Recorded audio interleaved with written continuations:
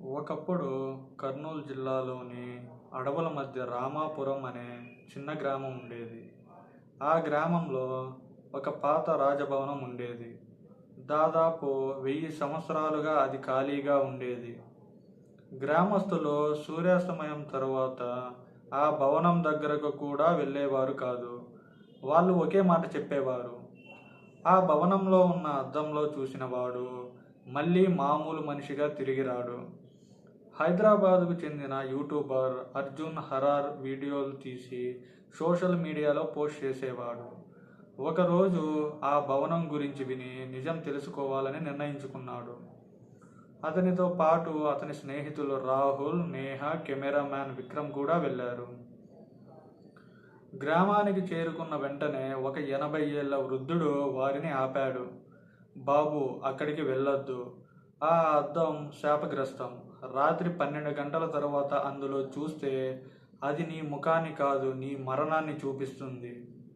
అర్జున్ నవ్వుతూ, మేము నిజం చూపించడానికి వచ్చాం, దెయ్యాలు లేవు అన్నాడు. సాయంత్రం వారు భవనంలోకి ప్రవేశించారు. లోపల దుమ్ము, సాలిడ్ గూళ్ళు, పగిలిపోయిన ఫర్నిచర్, పొడవాటి కారిడార్లు అన్నీ భయానకంగా కనిపించాయి. రాత్రి 11:55 గంటలకు వాళ్ళు ఒక పెద్ద గదిలోకి వెళ్ళారు. ఆ గది మధ్యలో ఒక భారీ పాత అద్దం ఉంది. దాని ఫ్రేమ్పై ఎర్ర రంగులో ఇలా రాసి ఉంది: నన్ను చూడకు, నేను నిన్ను చూస్తాను. అందరూ నవ్వుకున్నారు. 12 గంటలయ్యాయి. గదిలో ఒక్కసారిగా నల్లటి గాలి వీచింది. కెమెరా లైట్లు తమంతట తామే ఆన్ ఆఫ్ అవ్వడం మొదలైంది. విక్రమ్ కెమెరా అద్దం వైపు తిప్పాడు. కెమెరాలో అద్దం కనిపిస్తుంది, కానీ అద్దంలో వాళ్ళ నలుగురికి బదులు 5గురు నిలబడి ఉన్నారు. 5వ వ్యక్తి పూర్తిగా నల్లని ఆకారంలో ఉన్నాడు. వెనక్కి తిరిగి చూసేసరికి అక్కడ ఎవరూ లేరు. అందరూ భయపడ్డారు. కొద్దిసేపటికే నేహ అద్దం దగ్గరకు వెళ్ళింది.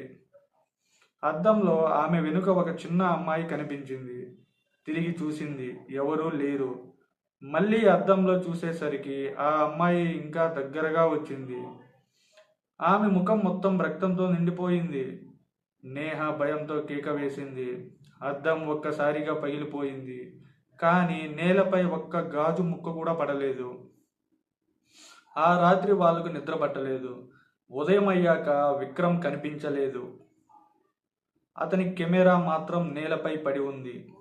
మెమరీ కార్డు తీసి చూడగా చివరి వీడియోలో విక్రమ్ ఒక్కడే కనిపిస్తున్నాడు. అతను కెమెరా వైపు చూస్తూ, నాది నా వెనుక ఉంది, పరిగెత్తండి అని అరుస్తాడు. ఆ తర్వాత స్క్రీన్ నల్లగా మారిపోతుంది. వాళ్ళు వెంటనే గ్రామంలోని వృద్ధుడి దగ్గరకు వెళ్ళారు. అతను ఒక పాత కథ చెప్పాడు. 100 సంవత్సరాల క్రితం ఆ రాజభవనంలో రాజకుమారి అమృత ఉండేది. ఆమెని రాజా కుటుంబ సభ్యులు ద్రోహం చేసి చంపేశారు. చనిపోవడానికి ముందు ఆమె చివరిసారి తన ముఖాన్ని అదే అద్దంలో చూసింది. ఆమె ఆత్మ ఆ అద్దంలోనే బంధించబడింది. అప్పటి నుంచి ఆ అద్దంలో చూసిన ప్రతి ఒక్కరి ఆత్మను అది తనలో బంధిస్తుంది. అర్జున్ నమ్మలేదు. అతను మళ్ళీ భవనానికి వెళ్ళాడు. ఈసారి ఒక్కడే రాత్రి 12 గంటలకు అద్దం ముందు నిలబడ్డాడు. అద్దంలో తన ప్రతిబింబాన్ని చూశాడు. కొన్ని క్షణాల తరువాత ప్రతిబింబం నవ్వింది, కానీ అర్జున్ నవ్వలేదు.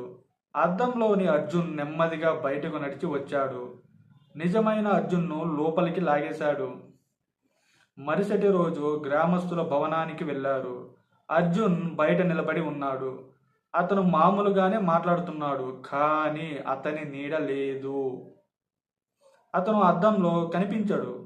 అసలు బయటకు వచ్చినది అర్జున్ కాదు, అద్దంలోని ఆత్మ. నిజమైన అర్జున్ ఇప్పటికీ ఆ అద్దం లోపలే చిక్కుకొని ఉన్నాడు. ఇప్పటికీ ఆ రాజభవనం ఉంది. అర్ధరాత్రి అక్కడికి వెళ్ళి ఆ అద్దంలో చూస్తే మీ వెనుక కూడా ఇంకొకరు నిలబడి ఉండొచ్చు. Okay, this is the story.